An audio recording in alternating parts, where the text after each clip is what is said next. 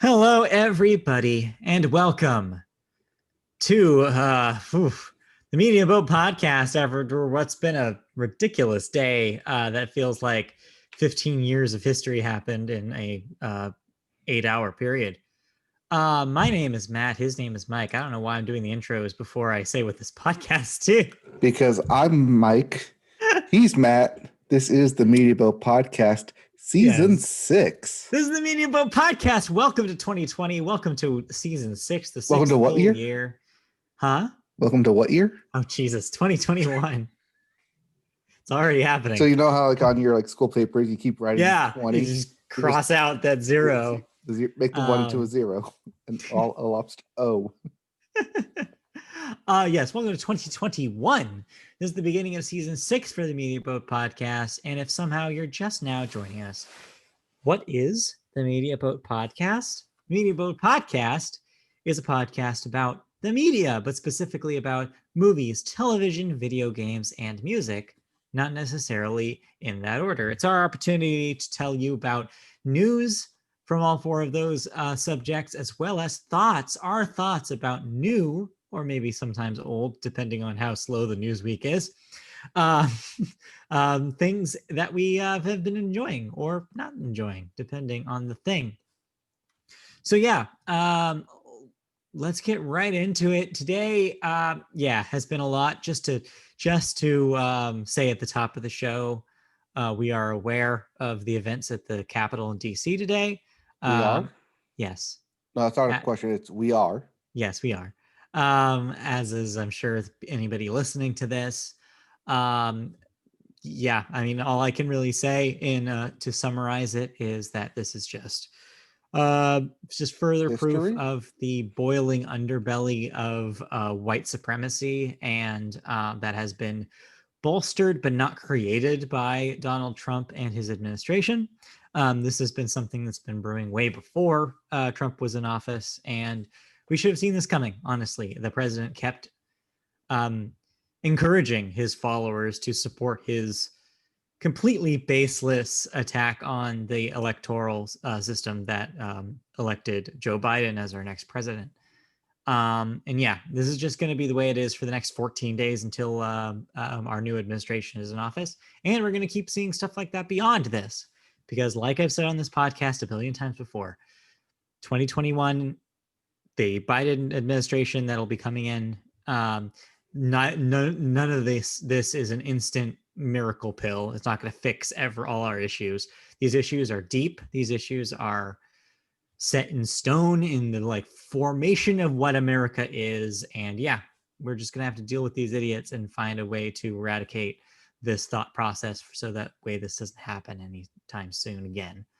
My thoughts go out to the people who everybody forget who are responsible for cleaning up the mess today in the Capitol.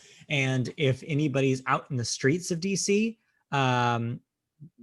try to avoid any strange characters. Try to stay safe. I don't know. That's all I have to say about it. Any comment? Do we comment on politics here? Because we are a Media Boat Podcast. Yeah, but I just figured that we should say something about it because it was kind of a big deal. Is it? No, it's just another boring Wednesday. Have what's essentially a terrorist coup. It's kind of thing that we should talk about. But now, with that done, we can talk about what we're here for, media, because this is the Media Boat Podcast. And we always start the Media Boat Podcast with movies. So even in 2021, we have no box office to cover. $5 million for Wonder Woman 1984. But you can stay home and watch that, which you can. Don't recommend either because the movie sucks. Let's move on. If you would like to hear our thoughts, we have a podcast up where we go in depth why you should not watch that movie. And apparently, don't bother. Our thoughts matter because my sister heeded our word and decided not to watch Wonder Woman 1984. Good call. Neither did my roommates after they weren't going to anyways, but my opinion kind of solidified. They're like, okay, yeah, we're not going to watch it. So what we're saying is our opinions matter. To some people, yes. We have the s- influence. 6 seasons and we have it. Eventually, it was going to happen at some point. So let's move on then out of the box office and into movie news. We got a couple of similar stories for you today. In fact, a recurring theme through today's podcast will be this exact subject, which is, California is a hotbed of disease still. In fact, even worse than before. So events that were scheduled to take place very soon are being pushed back. The first of which, the SAG-AFTRA Joint Policy Committee are going to recommend a temporary hold on in-person production amid the pandemic. They say, quote, in light of the capacity crisis facing Southern California hospitals due to the COVID pandemic and an anticipated post-holiday surge of COVID cases, SAG-AFTRA and television producers have reached agreement on recommending a temporary hold on in-person production in Southern California. The major studios and streamers are already on production hiatus in Southern California until mid-January. So we had reported previously that production had more or less continued in Los Angeles, but like this story says, there was another pause thanks to the uptick in COVID numbers.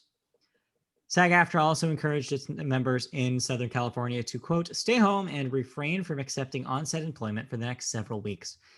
Adding, in the event that a Southern California area SAG-AFTRA member is required to work during the next few weeks and has concerns about their safety on their set, they are encouraged to reach out to the union. Yeah, we did see this coming. Yeah. Fortunately, Yeah. with the uptick in COVID cases, as our next story will, bring to light. This is not a surprise. No. Following a holiday season where people were told not to travel, and they did. People traveled. Yep. And cases rose. I mean, even if they hadn't, just the nature of this pandemic, we knew that there was going to be a bump in the winter. We knew that months ago. So yeah, this was inevitable. So yeah, if you're somebody who is working on a production set, make sure it's safe. And if you're not required to show up, then stay home. This isn't just for Southern California as well, but also in the UK with the new strain of the coronavirus, those productions are being halted as well. That is true. I believe the Doctor Strange sequel has halted production. Okay. Because of it. And that new strain has actually gone all over the place at this point. They found it in San Diego as recently as last week. So yeah, stay safe. I mean, we don't have to tell you that. You should know that already. Our next story, like I said, is similar. The Sundance Film Festival will not move forward with drive-in movie screenings as originally planned in Southern California due to the state's alarming increase in COVID-19 infections and deaths. Los Angeles area venues, the Rose Bowl and the Mission Tiki Drive-In, excuse me, were meant to accommodate a large number of show business types. But given the staggering rate of infection in California, the festival told filmmakers they cannot move forward. They said, quote, the safety and well-being of our audiences, community, and staff is the most important thing to the Sundance Institute and the Sundance Film Festival. In consideration of the overall public health situation in Los Angeles and the trajectory of the spread of the virus there, the health guidelines and crisis the hospital systems are facing, we will be pivoting our planned drive-in screenings to our online platform, a festival spokesperson said. On Monday, California reportedly recorded 39,194 new COVID-19 cases. Yeah, those aren't old cases. Those aren't recurring cases. That's not a buildup. New cases. Those are new single-day cases. Now, yes, you can argue that you're safer in your car in a drive-in theater. But having been to a drive-in theater, if you need to go to the bathroom, or if you want to go get snacks, or at any point leave your car, you will then be heavily surrounded by a bunch of people. Yes. Yeah, it's only safe if you don't leave your car, pretty much. It's still risky. It's still taking a risk. So it's not recommended if you don't absolutely need to see a movie right now. And you absolutely do not need to see a movie unless it's one of our top films of 2020, which you can view. Which almost all of them are streaming, I think, except for Yes, Tenet. well, I mean, that's streaming soon, but still, Yeah. our top movie you can stream now Turns out. in the comfort of your home. So yeah. Our top two movies. Yeah. Oh, 3 sometimes, depending on who you ask. depends. So yeah, this is smart on Sundance's part. Why not? Like, why bother even trying if there's a potential risk? So yeah, don't blame them. Right. This is the follow up to where we reported Sundance doing drive-in theaters Right. across the country. Not going to be doing it in California now. Okay. Well, with that, did you watch any movies? I would say released in calendar year 2021, but that's kind of impossible. So, did you watch any relatively recent movies this week? I was going to say, this is the first Yeah. weekend, so Yeah. kind of up in the air. Mhm. So the answer will be no. Okay. But I do have my eyes on that Tiger Woods documentary premiering on HBO this upcoming Sunday. Okay. So we'll talk about that We'll be talking about that next week. next week, perhaps. Yeah, I don't have any movies. I did everything else but watch a movie this week. So let's move on into television. And we always start television with Sports Corner. Dun, dun, dun, dun. Ba, ba, ba. It's sports. Yeah, we don't have a theme song for that. We should. Not yet. 6 seasons in, we still don't have a Sports Corner. We don't have a song. sports drop. So today in the Sports Corner, we have a little bit of a special feature for you today. We're going to talk about college football in detail. Ooh, are we? Well, kind of. First up, the NCAA championship, NCAA, to be clear, championship is set. It will be Alabama versus Ohio, the Ohio State. You always have to put the Ohio State. I believe this is not what you called. I believe you said that Ohio would lose. Yes, this is exactly what I called. That Ohio State would lose to Clemson. And that didn't happen. No, it did not. But because he did lose the NCAA championship game, or maybe not because he did lose it, Trevor Lawrence has declared for the NFL draft. He will most likely be the number 1 pick this upcoming year. That makes sense. Not to be outdone from, I guess now he's a former Heisman contestant. Kyle Trask, quarterback of Florida, has also declared for the draft. Okay, well, so the heat starts turning on for the draft. Yes, that championship game will be this upcoming Monday. Okay. At least that's what it's scheduled for, as there are cases that are flaring up in Alabama and Ohio State. Yeah. It is currently scheduled for Monday. It will currently go on Monday.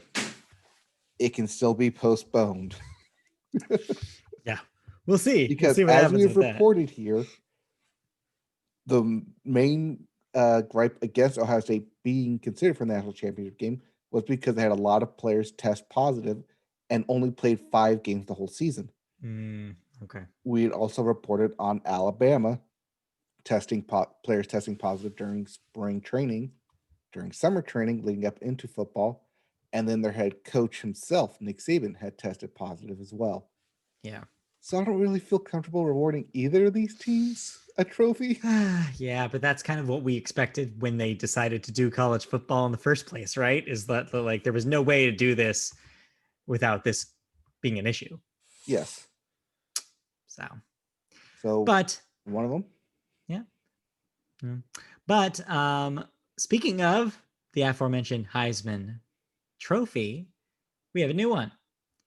Our newest Heisman winner, and this is the in-depth reporting that I was referring to earlier. Yes. Is Devonta Smith, a wide receiver. Here's some facts about Devonta Smith. First up, he's the first non-quarterback to win since 2015 when Derrick Henry won. Derrick Henry was on my fantasy team and should have won me a championship. And yet. Well, no, he did. I mean, I just... fantasy football, fuck you, Derek Carr. and your Anyways. goddamn groin injury. All right. Still bitter. Enough airing of grievances. We did that already. Oh, I will air that grievance till I die. Just 1 year. You have plenty of other years to make up for this. Next up, he is the first wide receiver to win since 1991 when Desmond Howard won. That one was a surprise. Yeah. I Next mean, up, you he's expect the first quarterbacks to win and running backs to win, so. Yeah. And Next I up, think he's the defenses first guy too. named Smith, last name Smith, since Troy Smith in 2006. Who was a great running back. And then, last but definitely not least, in the fun fact category, he's the first guy with a capital V in his name since Vinny Testaverde won in 1986. And that's a name that I recognize. I know that's a name you recognize. That's a name everyone should recognize. At least, growing up in the 90s in football. Vinny Testaverde. Yeah. So there you go. So congratulations to Devonta Smith. We'll see how he ends up. Yep. I assume he will probably be one of the top picks. Top 5, if not at least top 10, I would assume. Because why would you pass on a Heisman Trophy winning receiver? Yeah. Speaking of Heisman Trophy winning players, the aforementioned Derrick Henry made some headlines in the NFL this week by rushing 2,000 yards. Yes, he did it. He crossed the 2,000-yard in a season rushing, won the rushing title with that. Did not win me a fantasy championship with it, but he is the top runner. It. We got it. Yes, he is the top runner in the NFL this year. Well, coming in at number 2 was Cook. Jared Cook. Something Cook. Got it. Yeah, Cook in the Minnesota Vikings with 1,500 yards. Oh, well, so wow, that's kind of a big gap of 500 yards between them. Yep. Because Derrick Henry runs over everybody. Yeah. If you've seen anything on Twitter about it, he basically just has that stiff arm that throws people to the ground. That'll do it. Turns out that'll extend your run quite a bit. Speaking of extending a run, the NFL playoff weekend is upon us. There will be 6 games for these playoffs. And so tune in if your team is still in it. Yep. These are the extended playoffs. First year they're doing it. We get 6 games on Saturday. I'm sorry, 6 games. 6 games this weekend. 3 on Saturday, 3 on Sunday. The Packers and the Chiefs each have a bye in the AFC and NFC respectively. And we are chugging our way into playoff football. All right. Also of note, Jonathan Taylor, running back of the Colts, crossed 1,000 rushing yards. Cool. And good for JT. JTT, Jonathan Taylor Thomas. No. That's what his nickname is on my team. And lastly, of note, Justin Jefferson, rookie Justin Jefferson on the Minnesota Vikings, 1,400 receiving yards as a rookie, has not been done since Randy Moss as a rookie. So basically keep an eye on that guy. Basically, he's going to be the next big star. Sounds like it. Assuming they get a competent quarterback other than Kirk Cousins. Take that, Kirk Cousins. Said, Kirk Cousins did throw him the ball to get 1,400 yards. Yeah, exactly. So maybe that's a fruitful relationship. We'll just have to see where it goes. We'll see where it goes. So any early picks for the playoffs here? Who do you think is going to go all the way? It's going to be a Rams-Colts Super Bowl. You hope. I wish. Hope. Man, hey, you're asked for my opinion. I'm giving you my supremely biased opinion. Yeah. What if that happens? You're going to be so torn. No, I'm rooting for the offense. Good save. Rooting for the big play, Yeah. taking it to the house. Rooting for the snacks on game day. Rooting for the ads. Anyway. No, you root for the ads. You always root for the I always ads. root for the ads, and they always disappoint me. Anyway, anything else in sports before we move on to television news? Basketball is going swimmingly. Hockey has reported. Real quickly in hockey notes, the USA has won the Junior World Championship. I saw that this morning. And hockey will begin in 1 week on the 13th. Well, get ready for more hockey soon. Okay, well, with that, let's move right on into television news proper. Got a couple of weird ones for you this week, but I love them. Oh, I love the second one. They're weird. Yes, we'll get there. But before we get there, we could talk about something that we saw coming. So Viacom used to be a holdout on a lot of the streaming live streaming services.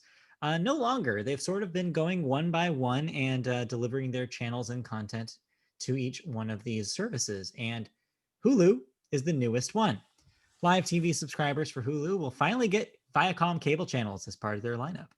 ViacomCBS announced a new multi-year distribution agreement with Hulu, under which Hulu's live TV subscription streaming service will add 14 cable networks. Those include BET, Comedy Central, MTV, Nickelodeon, Paramount Network, VH1, CMT, Nick Jr., TV Land, BET Her, MTV2, Nicktoons, T-Nick, and MTV Classic. If that list sounds familiar, it's the same list a lot of other streaming services got. This just puts them at parity with stuff like YouTube TV. The companies declined to specify the date when which those networks will be available to the Hulu Plus Live TV customers. And this comes almost a year since the deal was made with Google to allow those shows and networks on YouTube TV.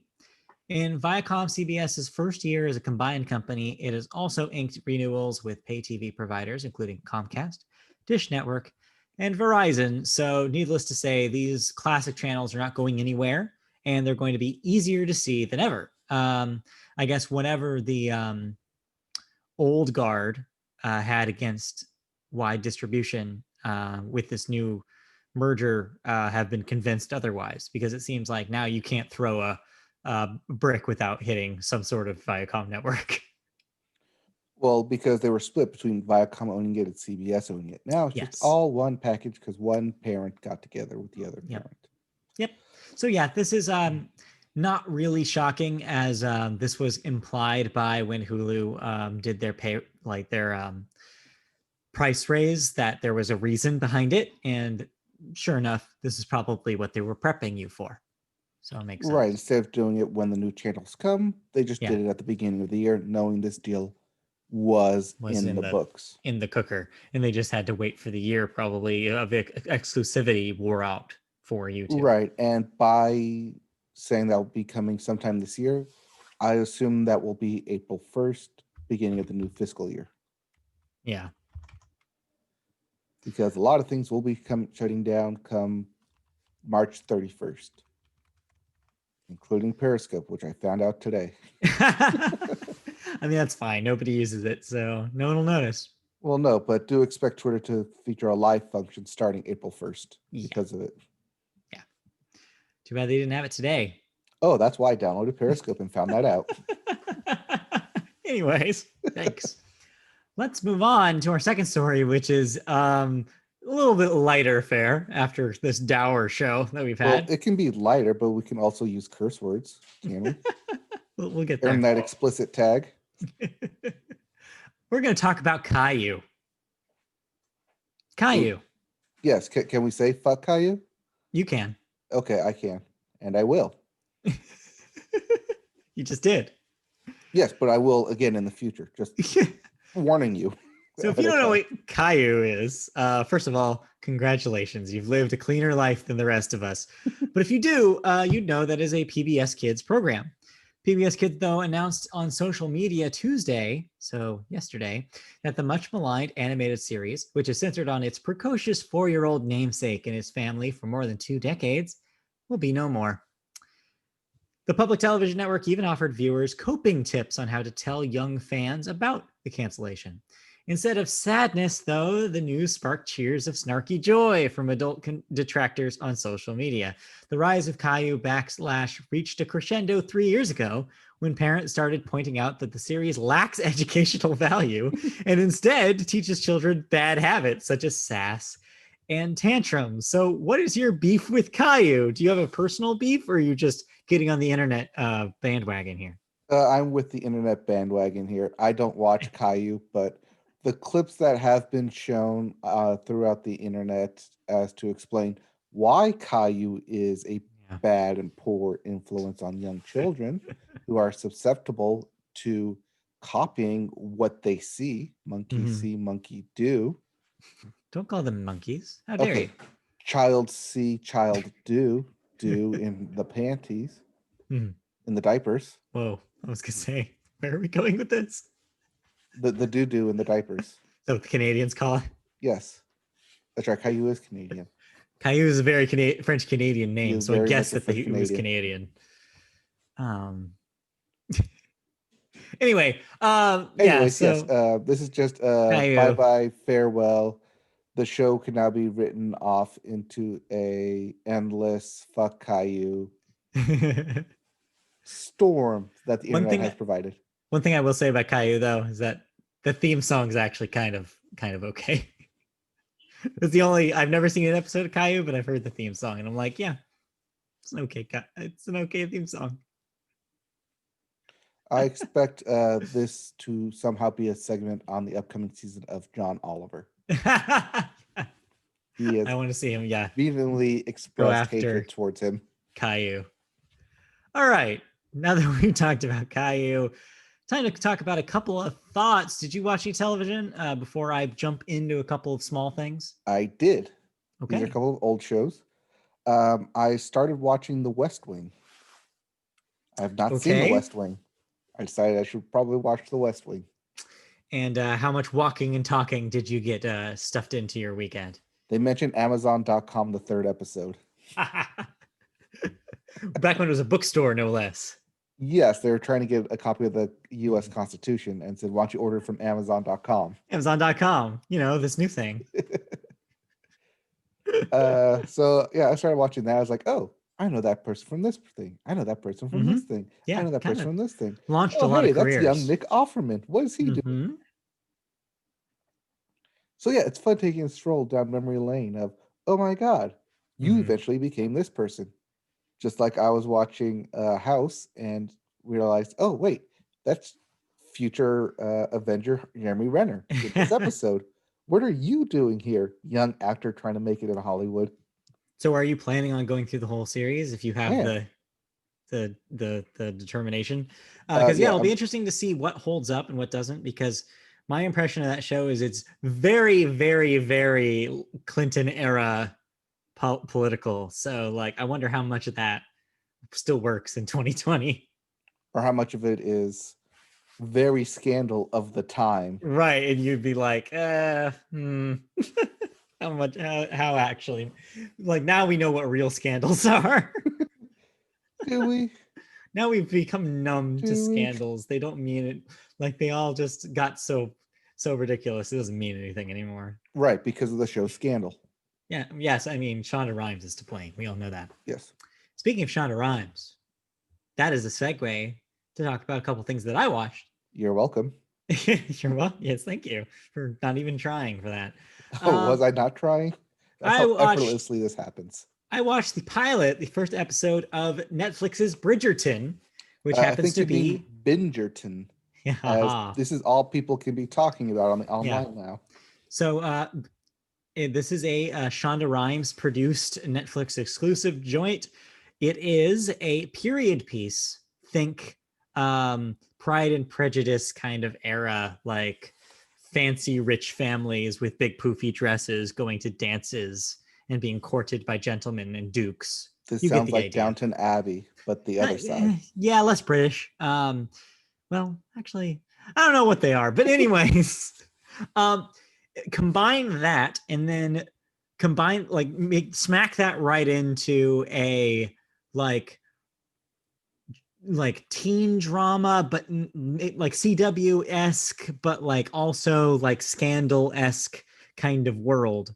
And you basically get Bridgerton. So it's in the period that it is, but the drama is very much like you're following these like maybe young adult girls, so probably in like their early 20s, as they kind of navigate like being new to society and being wooed by potential like these dukes who like could be potentially good for them or could be like terrible for them. And it's that kind of show.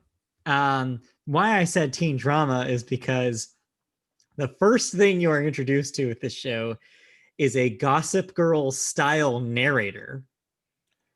That's what I was going to suggest. Is Who, this just Gossip Girl so in Downton Abbey? it's not exactly that. It does have elements of that because the aforementioned narrator does actually run a tabloid of sorts, like a pamphlet that somehow mysteriously appears and everybody reads to each other that talks about the gossip of the day. So to that extent, yes, there is an element of Gossip Girl here, but it's not all the way that direction. Like I said, these are not teenagers. These are young adults. Yeah, I mean, what's the line there, really? When you're a 25-year-old playing a young adult. I mean, actually, it's cast pretty young. Okay. So 24-year-old playing a young adult. Actually thought that they looked younger than they are supposed to be fair, but whatever. So yeah, if that sounds interesting to you, if you like the idea of a show about like the gossip and society like issues of rich people in the 1800s, then maybe you'd like this. I don't know. I probably won't continue watching this, but friend of the show, Christy, is addicted and will continue. So I've read that a lot of people are addicted to it. It's shot really it's shot really interesting. It's very colorful, bright show, and yeah, there's some interesting things going on with it, but I'm probably not going to continue. Shonda Rhimes isn't known for doing bright and colorful though. No, which is it makes this interesting like kind of new kind of thing for her. It's a good looking show. It's all over the place, which is cool. Now, I believe this will be her first show in the Netflix inked deal, multi-year deal. I believe that is correct. Yes. Okay. So this is only the tip of the iceberg, the Shonda Rhimes iceberg, and I'm sure we'll see more very soon. All right. Speaking of more, though, I also dipped in my toes into something that I want to talk about real briefly here, which is Discovery Plus, yet another streaming service. So we've talked about how Discovery Plus is throwing its non-proverbial hat in the ring of extra streaming services. Yeah, that hat that Steve Irwin used to wear on The Crocodile Hunter is, they're throwing that one in. I say that specifically because that is one of the many, many, many shows that are all collected here on Discovery Plus for a surprisingly low price. So let me pitch this to you. So are you the kind of person who would be interested in watching every episode of Media Boat favorite Guy Fieri's Diners, Drive-Ins, and Dives? Yes, as long as there are no commercials. And what about all the episodes of Guy Fieri's Guy's Grocery Games? Again, as long as there are no commercials. This is something I'd like to put on when I can't find anything else to put on. Say, do you have somebody in the household that would maybe want to see every episode of Say Yes to the Dress Atlanta? Not Atlanta, but Say Yes to the Dress. Well, I'll get there in a second because there's an asterisk to that one. Okay. I can't say yes quite to that one. To that dress.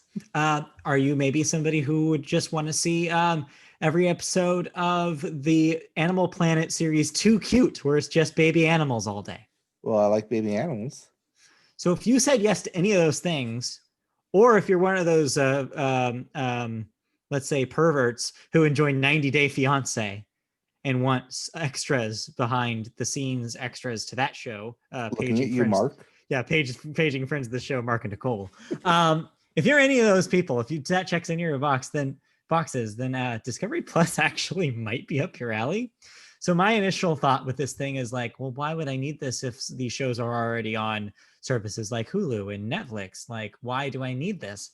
Which would be So my question is, yes, here, I already have cable. mhm. When I'm not watching sports, I'm usually watching one of these channels. Why would I So get a new streaming service to take me away from cable? here's the answer to that: is the ad-free package is only $8 a month, which puts it in parity with Disney Plus. Yes. But what you're getting easily seems triple the amount of material on Disney Plus. I'm not even kidding. I looked into the catalog of this stuff.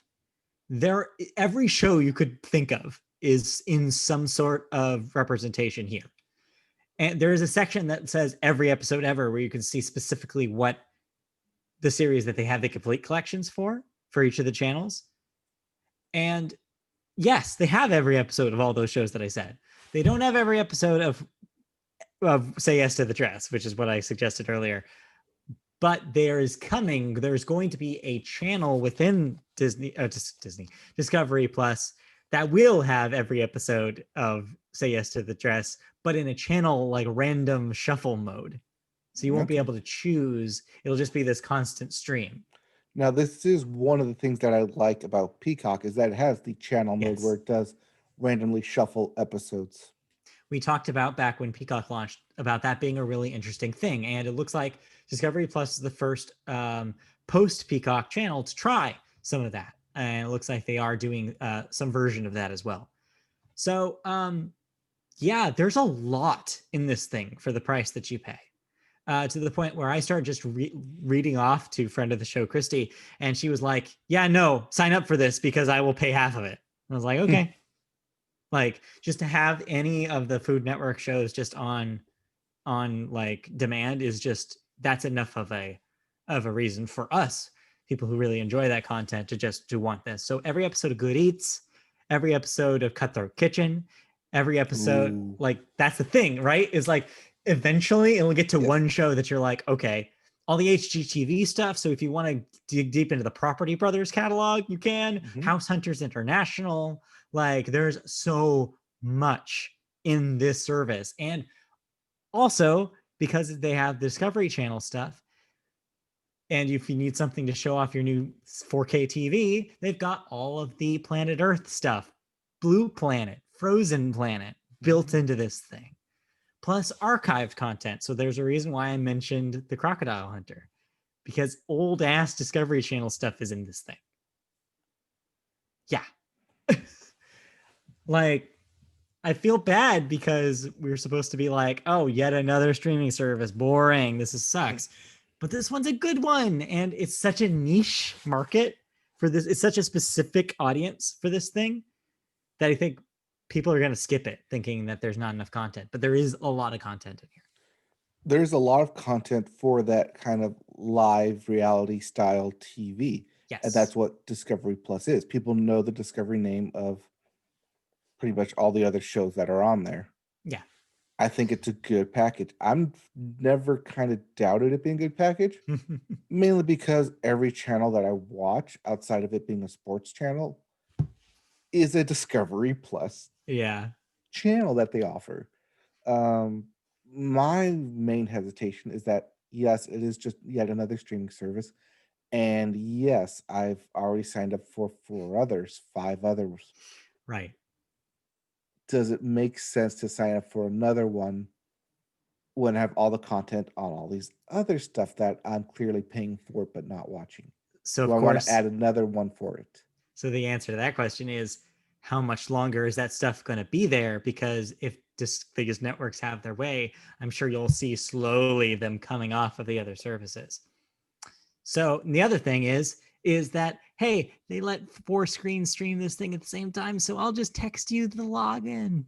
What? Oh my god! Don't tell them that I said that. What do you mean? So, It's just a Christmas present. yeah, sure. Let's call it a gift. Why not? No, yeah, I'll add you. But yeah, I think that there's enough in here that I say, hey, give it a try. There's a 7-day free trial, so that way people who don't have the connection can give it a shot and see if there's enough content for them to want to continue paying for it. Okay. I will give it a shot. Yeah. I mean, it is something that I did consider at one point. But like I said, I prefer watching those shows as I'm scrolling by. Mhm. Like, oh, now this is on. Not I'm going to specifically watch this kind of show. The interesting thing about the diners, drive-ins, and dives, though, is that you can pin if you know, hey, a local place has been on the show once, you can actually finally pinpoint which episode that was and watch that one specifically. Oh, now you have my interest here. Exactly. So that is the kind of a cool thing. So say for somebody who, I don't know, once the pandemic is resolved, is going to go maybe travel and visit every football stadium, maybe this helps the person, I don't know who that person would be, find a cool place to eat while they're in town. Right. Instead of looking at Yelp. Yeah, exactly. Yeah. If you want the Guy Guy Fieri Fieri tell me, be my experience, guide. yeah, let Guy help you out. Such a good guy. He really is. All right, let's move on though, because I didn't watch anything else. One last thing I did watch, or at least I tried to watch. Okay. Your number one show of last year. Okay. Close enough. You tried? Why did you fail? So we were trying to find something to watch. And I was like, oh, let me put this show on. Matt said he really liked it. Put on episode 1. Yeah. Guess how long they lasted? Oh no. To the first interstitial, to the first after the first 15 minutes. Not even the first 15 minutes. Okay. 5 minutes, 5 to 10 minutes into it, they were both out of the room. Wow. I'm sorry. Well, you tried. It's not for everybody. I feel like I may have started at episode 2 with the Logan's Run episode. Oh, that's the best. Oh, I'll be quiet. I think that's one of the strongest ones, though. But you start at the beginning. Yeah, I don't know. Yeah, if I remember correctly, the first episode's not as strong as it gets. It's a quilted, quicker picker up. Yeah, that one's not that great. The better ones are later, but still, I guess if you're already not on board, it won't grab you. So, oh well, it was worth a shot. Hey, I shot my shot with it. I tried for you. It's okay. It's okay. We can't be evangelizers for everything. Evangelists? Yeah, evangelizer is not a word. Televigilance? Vigilantes? Vigilantes. No, that's something else. Let's move on. Why don't we into cancellations and renewals? All right, what am I no longer watching besides the news tonight? Oh Lord. Yeah, let's not even.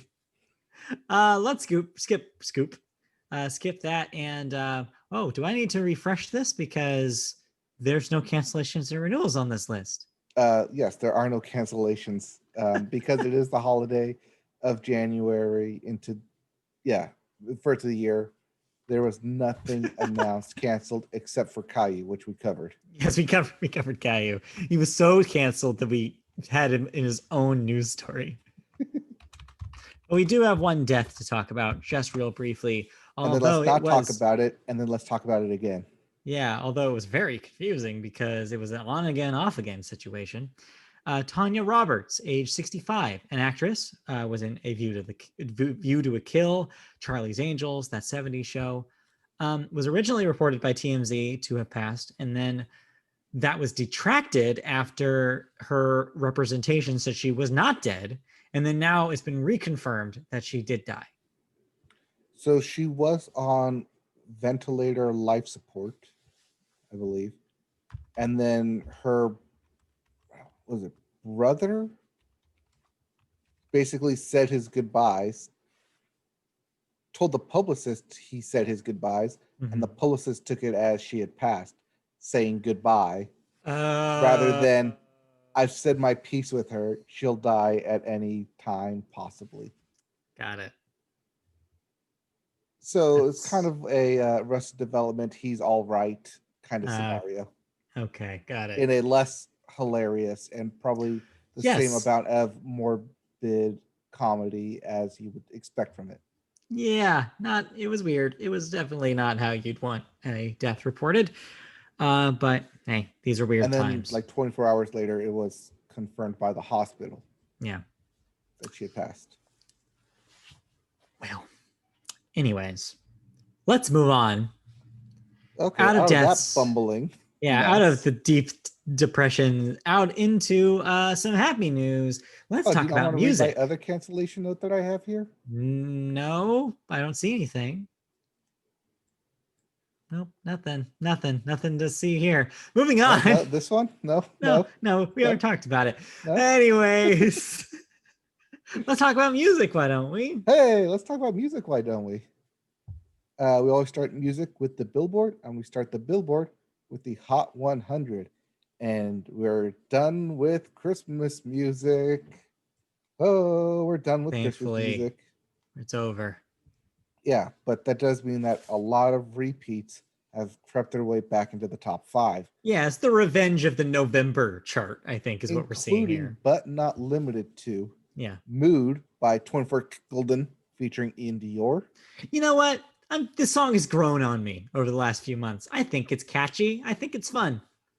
You can see why it's number 1. Yeah, it makes sense that it's been number 1 for a while because it's just a nice little bop. Okay. Number 2, Positions by Ariana Grande. Yep. At 3, Blinding Lights by The Weeknd. Back into the top 5 after a long absence. At 4, Holy by Justin Bieber featuring Chance the Rapper. Mm-hmm. And at 5, Dynamite by BTS. This is sort of a top 5 of 2020, if you will. Not really, but the last quarter of 2020, certainly. At least the last quarter, but yeah. Kind of a return to form. A little bit. Speaking of return to form, Billboard 200. Yeah. And we have a new number 1, Whole Lotta Red by Playboi Carti. We'll be talking about this a little later, I assume. I'll be briefly talking about this a little later. All right. At number 2, Evermore by Taylor Swift. Yep. At 3, The Voice. This is The Voice. Not that voice. Not that voice, but The Voice by Lil Durk. At 4, Shoot for the Stars, Aim for the Moon by Pop Smoke. And rounding out your top 5, Positions by Ariana Grande. If you didn't like any of those albums, tough shit. There's no releases. Yeah, no releases still. Another week. There were some, but they were not big enough to report here. So we'll probably have new music for you too next week. Unless someone else decides to randomly drop an album. Yeah, all bets are off at this point. It could happen at any time. Any point. Because I was saying point and time at the same time. Any time. All right. Anyway. So what was going to probably be in TV news, but makes more sense in the music news. The music story. It's a music story. I'll let you have this one. I don't want to snipe it from you. Well, thank you. The Grammy Awards are being postponed. Yep. Until March 15th. Hey, that's Pi Day. March 14th. That's what I said. That's Pi Day. Yep. Pi Day. Yep. Due to coronavirus-related concerns. Quote, after thoughtful conversations with health experts, our host and artists scheduled to appear, we are rescheduling the 63rd annual Grammy Awards to be broadcast Sunday, March 14th, 2021.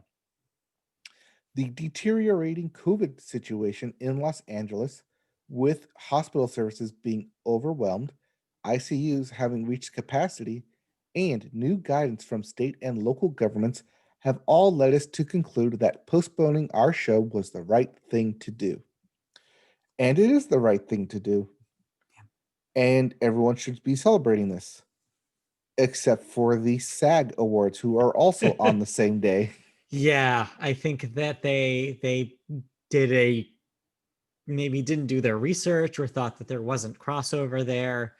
And yeah, scheduled on the same day. It's kind of like showing up to a wedding and you're both wearing the same dress. It's not really either your faults, but no, it's like wearing a white dress to a party and it turns into a surprise engagement / wedding ceremony. Perhaps. Less likely though. Anyway, very less likely though. That's usually something you plan and send cards out to. Yeah, I think this Fill is your a friend's wall with cards. yeah, something like that. Lots and lots of cards. Lots of cards. Anyways, yeah, I think that you're right. I think this is a good call, but also it makes me think it's like, really, were they planning on actually having people at this thing? Because Don't why forget else that would the they Grammys had postpone it? moved up to the end of January. Yeah, Not really but going to if you happen this month. do it like they did a lot of the award shows last year, I don't think that you're as in danger. But I guess that the presenters were worried enough by it that they were like, yeah, you know what? Let's give it another couple of months and see what happens. I mean, we did see other award shows with the AMAs and the CMAs Yeah. do their COVID style ceremonies with a lack of audience. Yeah, I guess what I'm saying is it just makes me wonder how they were intending on doing that January show if they need to postpone it. Right. I mean, It's bizarre. things really didn't change in the last couple months. You No, and I should don't be think they're going planning to for change this. much between January and March either.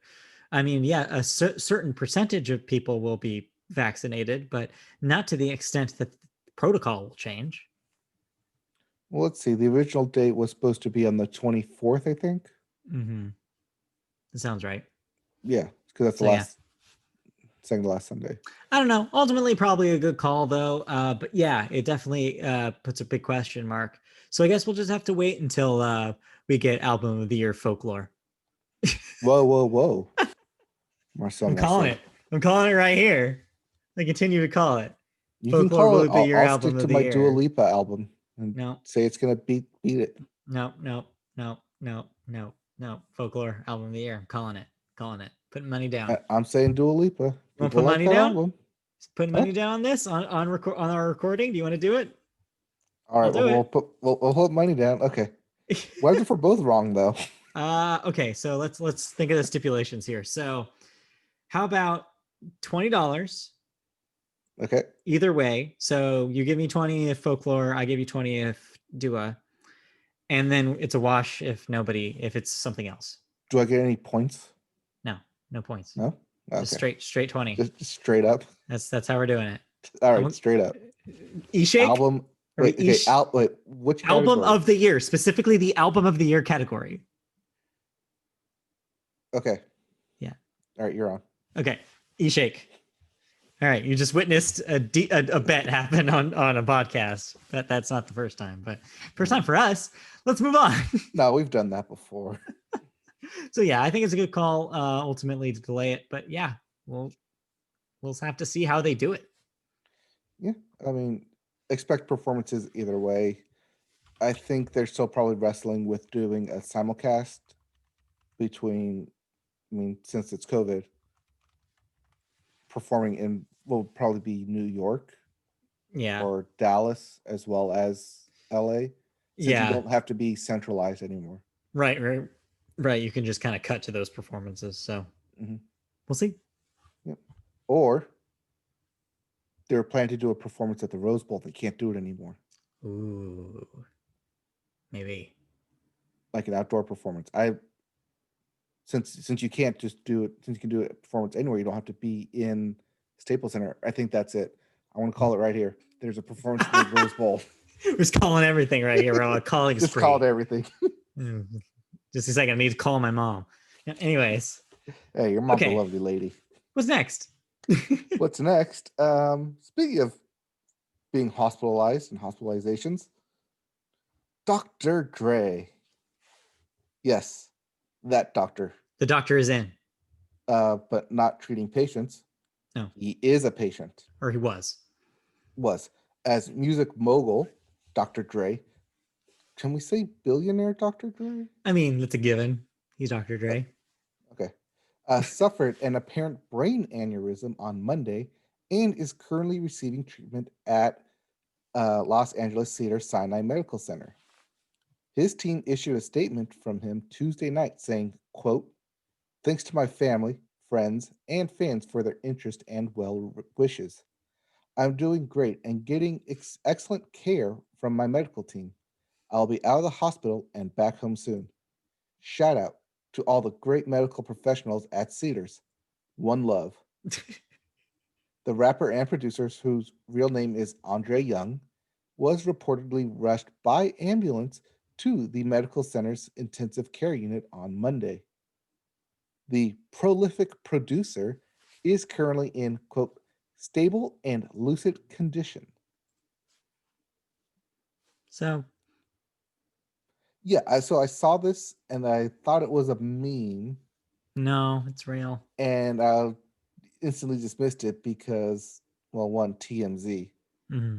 very questionable source, and two, I saw it on Facebook, also very questionable source. But So I no, didn't buy it at first. but it's real. It happened. It's real. I'm glad that he's doing better. But yeah, that was kind of a scary thing to hear initially. It's like, oh, geez, that's because brain aneurysms are no party. Um, so yeah, I don't know what led to this. It's kind of unclear about like whether he's had a history of this kind of thing. And yeah, it was kind of shocking. But yeah, but he's out now. He's good. He's doing better.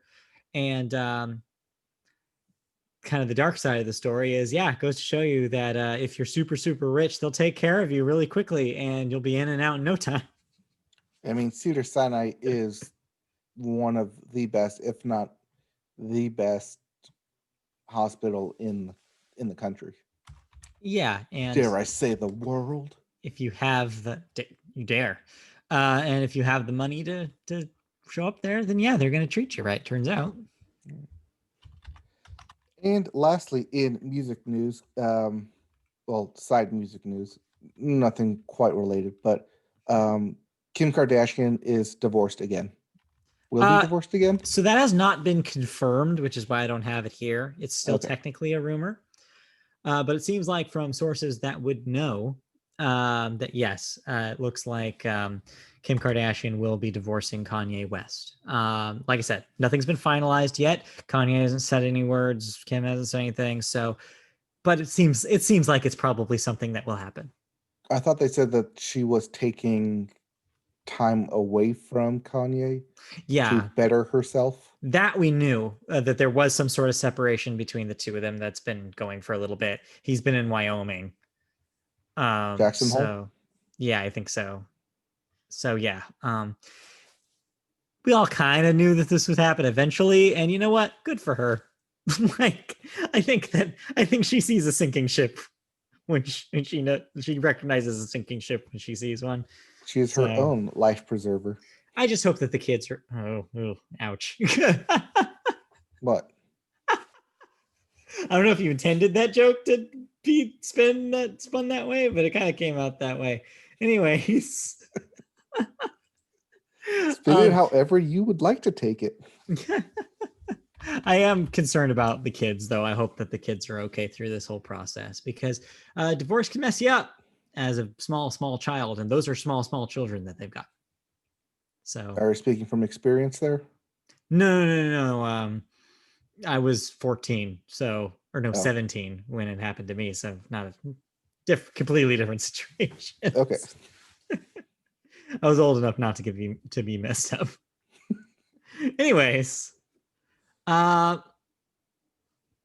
So that's why I didn't have that story here, is because it's kind of not a story yet. But we'll report on it when it is. Not a story yet. But what is a story is a whole lot of red. You listen to something. Isn't much of a story. It's not really. There's not really a story to it. What I will say is I listened to it because I had a lull where I had finished all my podcasts, and I looked real briefly on Apple Music to see what was new, and I was like, oh, well, this is number 1 this week. I have time.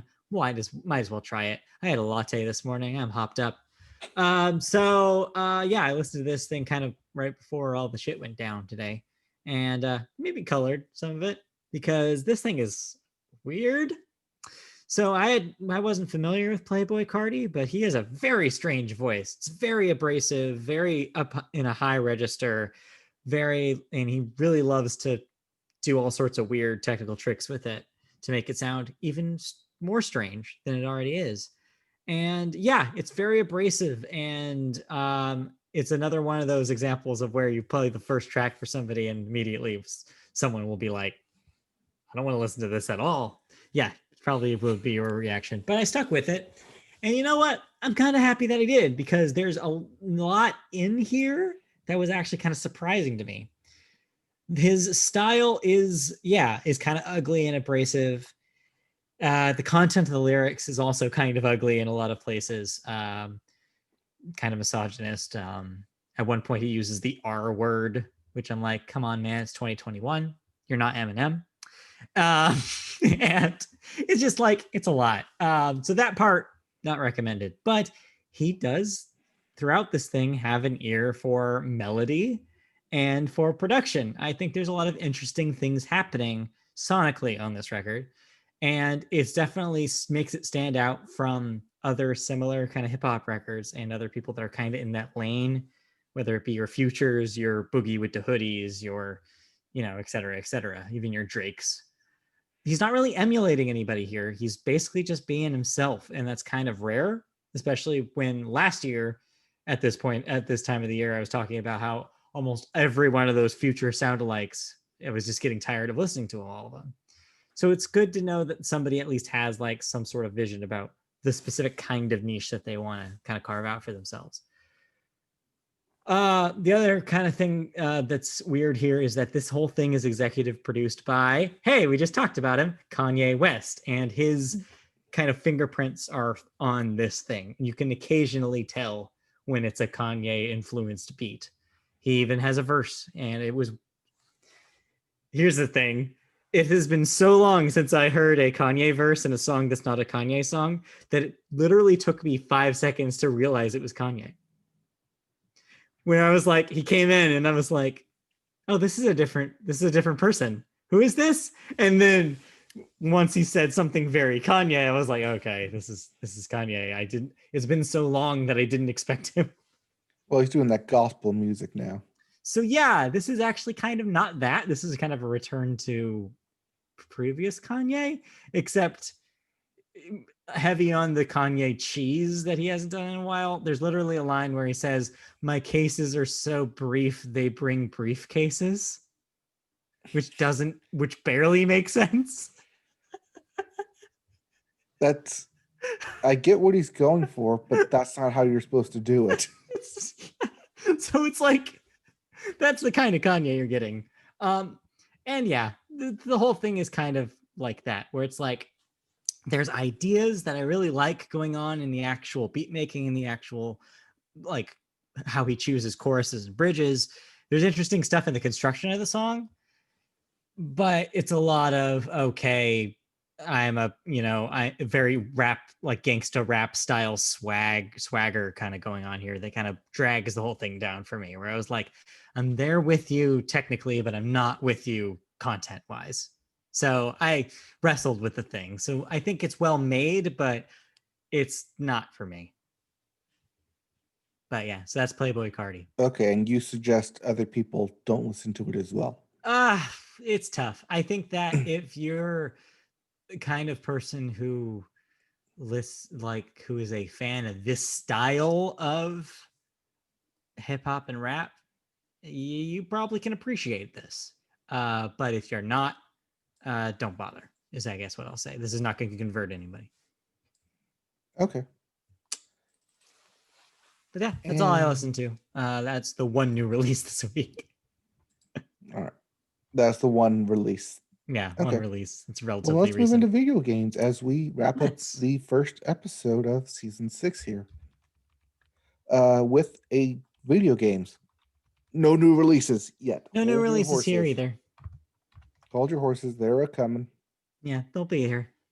Which means if you have money to spend, those deals, holiday deals, wrap up, I think, this weekend. Yeah, let me tell you, winter sales, especially if you're on the PC, could lead to some strange decisions. And I'll get to that later.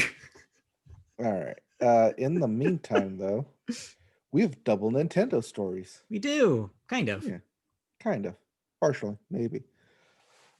First up, Nintendo has announced its intention to fully acquire Luigi Mansions 3 developer Next Level Games. Yeah.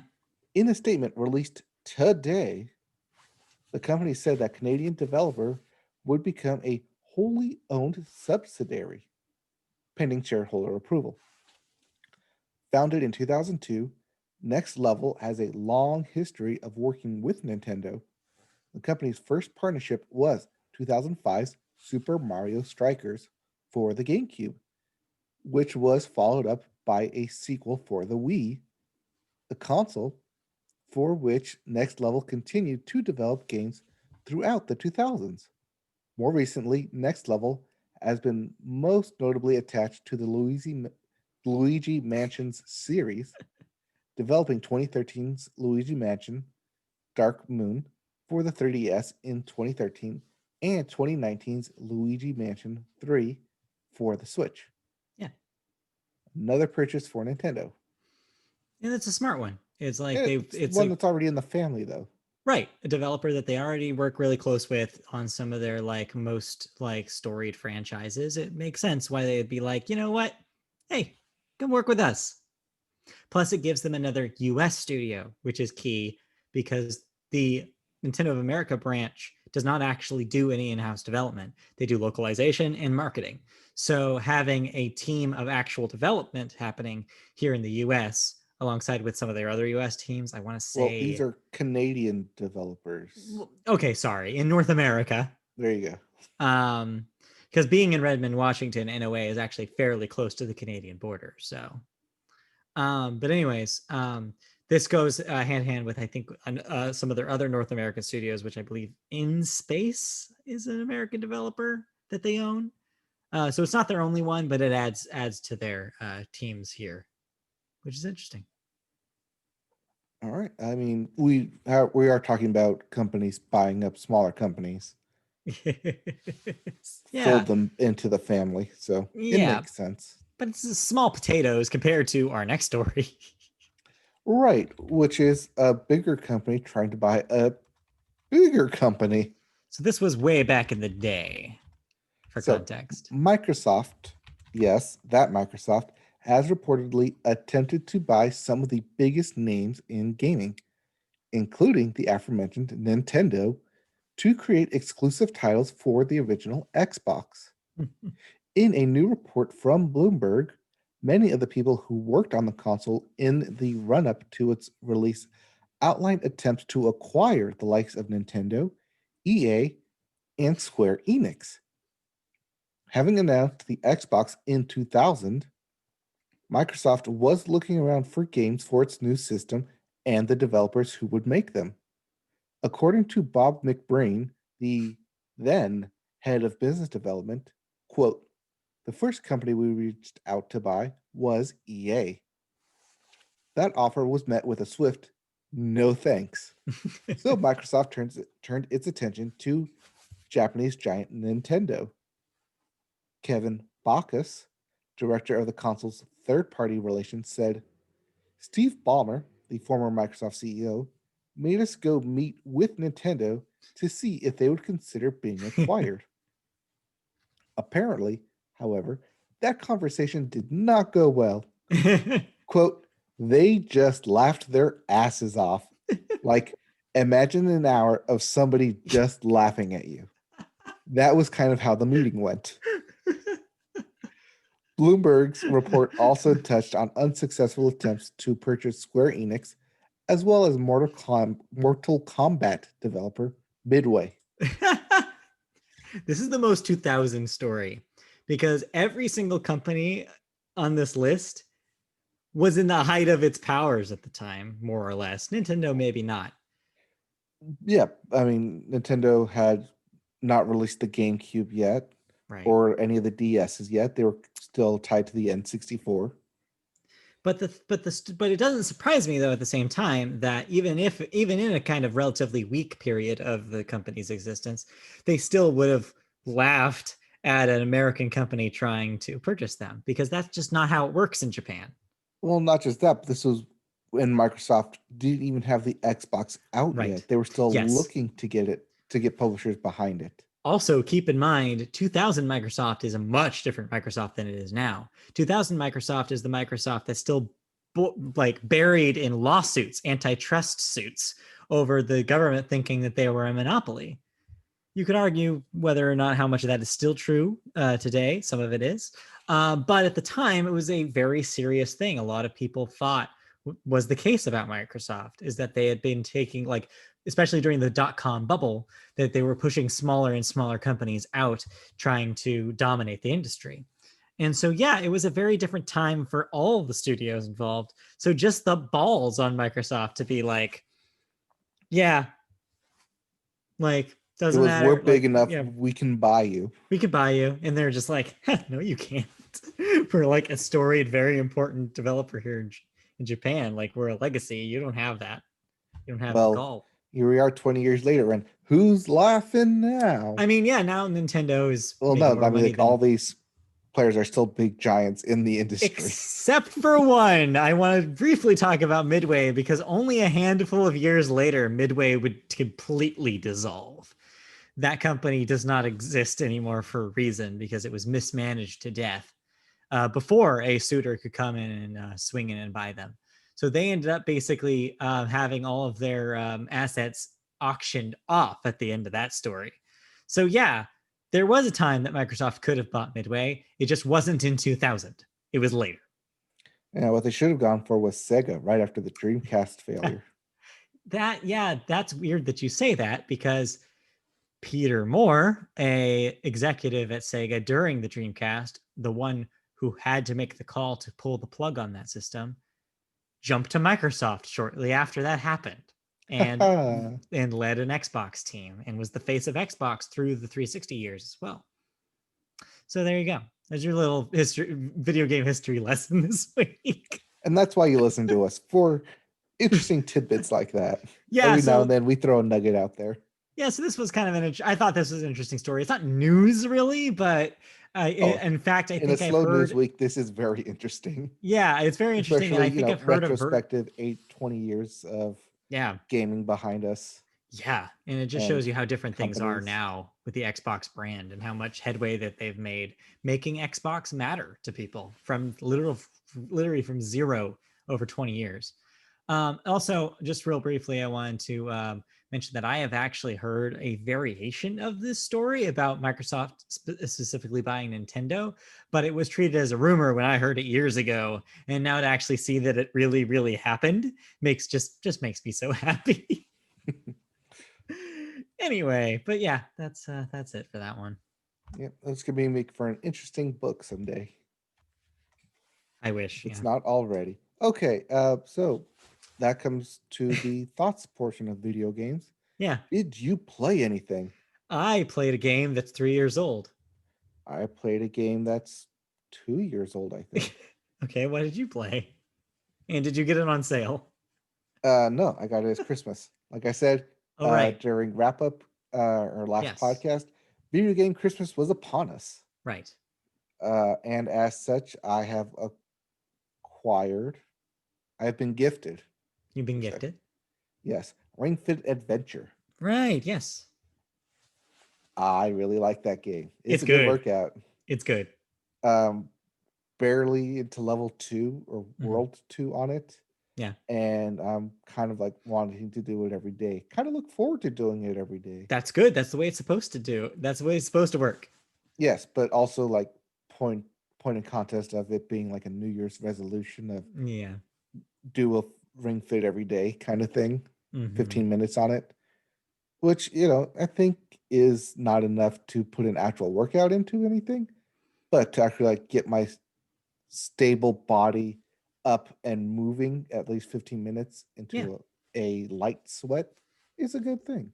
It's designed that way, like the nice the piece by piece way that they do the levels in that game is designed for like do one a day. So it's like perfect for that kind of approach. Yeah, I do 2, maybe 3, but I also see myself playing it as a video game, trying to get every point, trying to get every power up, trying to get all the extra bonus stuff. Yeah, that's the tricky thing with that game is because the gamer brain will want you to be like, oh, well, I could do another one of these. And your body is over here being like, I can't do that right now. No, my gamer brain is, oh no, I missed this thing, but I'm on a conveyor belt that's going backwards. Let me stop moving so I can go back, get it, Uh-huh. and then keep Yeah, going. and start doing it. So I have a question. So you're on the ground floor. I am on the top floor of an apartment. Did you leave the running mode on, or did you turn it to squats? So I did running mode, and I've done it both with shoes and without shoes. I highly suggest doing it with shoes. It's a lot more comfortable. Yeah, I asked I'm because also on I've never. hardwood floors. Yeah, I've never done it without doing the squat mode because I'm on the second You're on floor. the second So, floor. so yeah, I was just curious about that because the Oh, squatting, I hate squats, so I would not do squats. yeah, it's exhausting. It's kind of one of the reasons why I could only do like one or two of those a day because I would just get so tired from the squats. Mm-hmm. The rest of the stuff, fine, but yeah, the squats would get me every time, even on that But first I like level. it. It's fun. It's a But fun yeah, game. it's Definitely pick it up. very, very cool game. From what I understand, they ran off more copies of that thing, so it should be easier to find than it was in Oh yeah, like in the summer. it's definitely easy. Like even during the summer, this past summer, 2020 summer, it was hard to find. Yeah, so But hopefully, somehow they got them out for a holiday season, and hey, yeah, they were they seem to be plenty in stock. Like when I picked mine up, I'm sorry, when I picked it up, when I bought it for my wife, right, there were 2 in stock. yeah, yeah. No, it's a good game, Yeah, good sweat. but But you played a game. I also played a game that is not even You played recent. a no, you played a 2017 game. I play. You said Older I than I played played. something from 3 years ago. So winter sales, as we mentioned, can do something to your brain.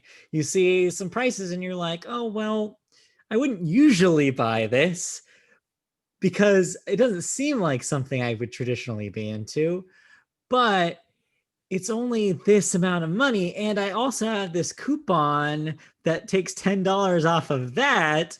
So basically, this logic led me down a path where I ended up buying an Assassin's Creed game.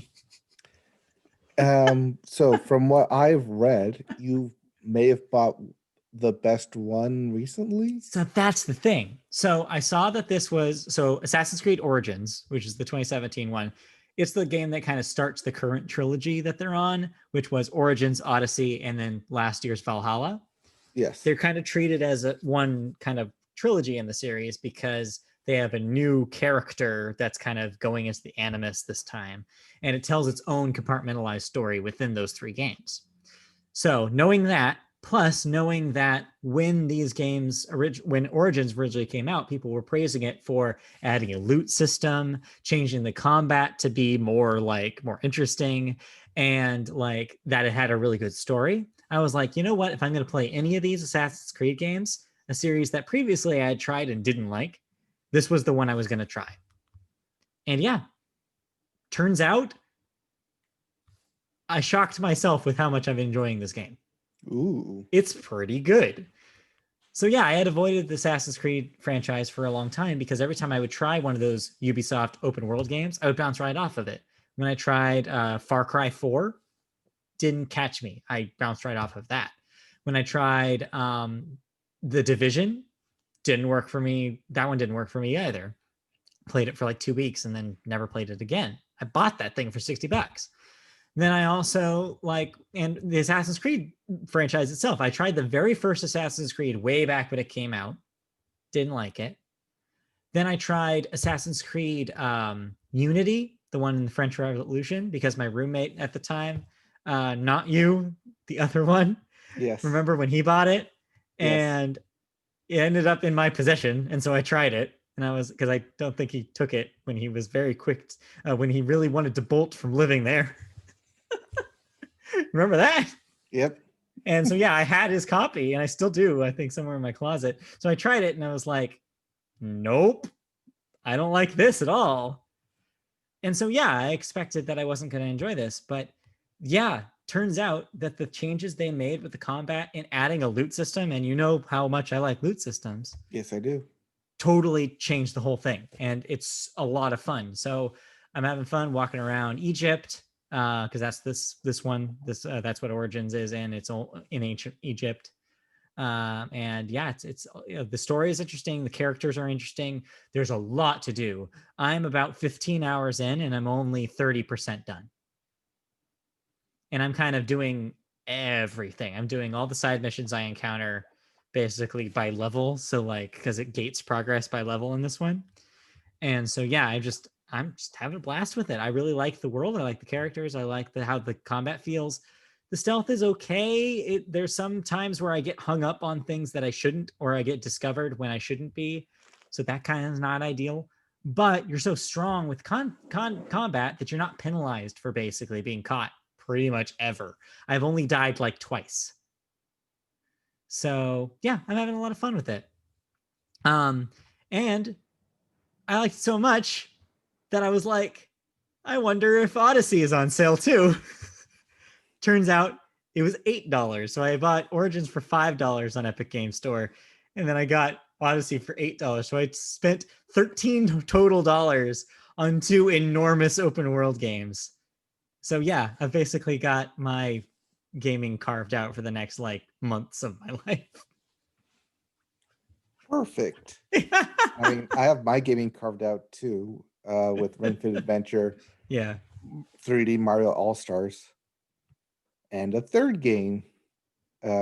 Which, are you done talking about Assassin's Creed? Yeah, that's all I wanted to say is that I'm enjoying it more than I thought I would. Okay, because I played Assassin's Creed, Yeah. Assassin's Creed 2, Brotherhood, and then Assassin's Creed 3. Yeah. And I kind of stopped there. I think a lot of people Tried had that Unity, exact. and I couldn't get through Unity. Because yeah, I think from there on there's a break. I think 3 is the break for a lot of people because a lot of people did not like what 3 did. No, I liked what 3 did though. I just didn't move on to Black Flag or Rogue. Yeah. And kind of went to Unity, and because it was on the new consoles. And Unity was kind of a broken game. Yeah, Unity was broken for a while. I heard some people really liked Syndicate, which is the one after that. Right. But it was still so much in the old style of Assassin's Creed games that I was like, I'm gonna skip this one too. But the new style you like. The new style I'm really enjoying. I think that you'd have some good times with this one too, especially Odyssey because of its setting. Like I can't wait to get out of Egypt and get into Greece because I feel like that there's some really interesting things they could do with the with mythology and the setting. So yeah, I'm really excited to jump into that. But I have 70% more Origins to finish before I get there. So, oh yeah, and it looks beautiful on my computer. It runs these games like a charm. So, well, it should. These are 4-year-old games now. Like these cards were made to run these games practically. So yeah, it's working pretty well for me. So yeah, I'm enjoying my time. Well, I'm glad you have a game that loads fine for you because, oh boy, do I have a game that doesn't load fine. Uh-oh. So I'm talking about Marvel's Avengers for the PS4. Okay. Yeah. Holiday game, birthday, Christmas game, was on my radar. Didn't pick it up because while I liked the beta, I wanted to see how people's reactions were to it. Everyone kind of reacted pretty poorly to it, so I just let it slip by. Yeah. Come Christmas time, hey, game's on sale, half off. Why not? Why not? Why not? And the answer to why not is the answer to why not is yeah. Goddamn these load times.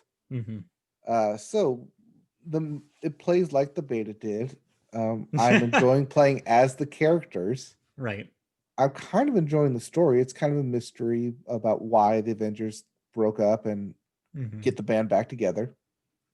My main gripe is the war table and waiting between missions.